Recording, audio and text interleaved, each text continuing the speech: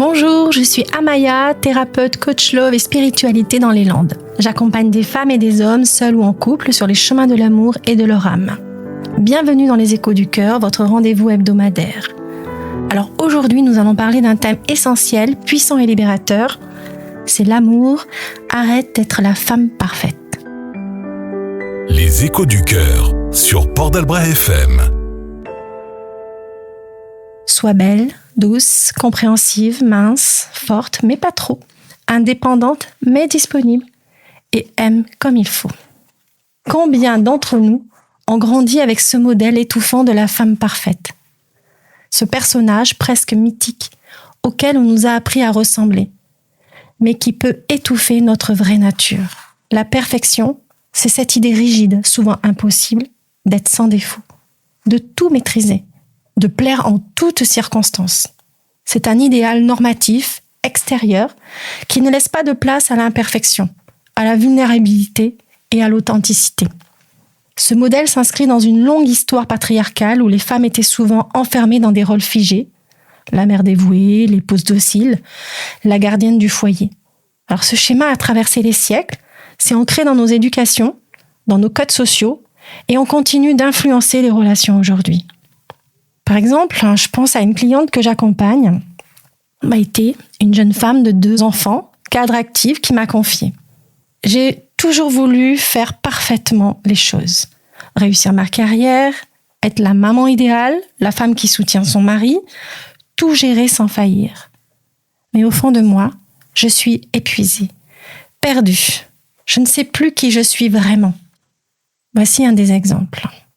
Aujourd'hui, je vous propose d'explorer ensemble pourquoi ce modèle de perfection est toxique pour l'amour. Comment il nous éloigne de notre essence et surtout comment se libérer pour aimer enfin en restant soi. Nous verrons d'abord comment cette perfection s'est imposée et ses effets dans la vie quotidienne, puis comment apprendre à affirmer dans l'authenticité. Enfin, je vous proposerai une chanson qui illustre ce combat intérieur. Ce modèle, finalement, de femme parfaite, on l'a appris dès l'enfance. Tout ça dans un carcan invisible.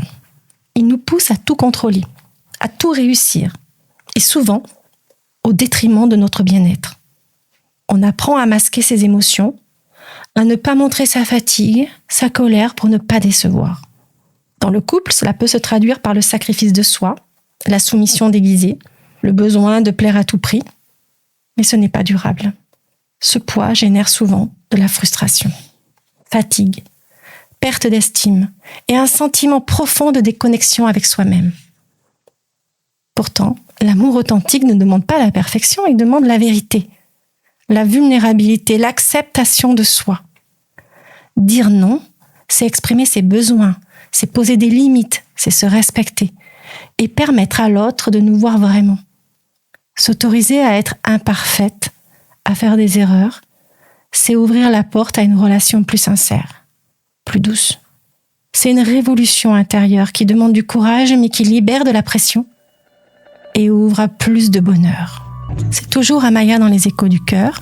Si ce thème vous parle, si vous ressentez cette pression de devoir être parfaite dans votre couple, dans votre vie, sachez que je vous accompagne en individuel ou en couple, en visio ou ici dans les Landes.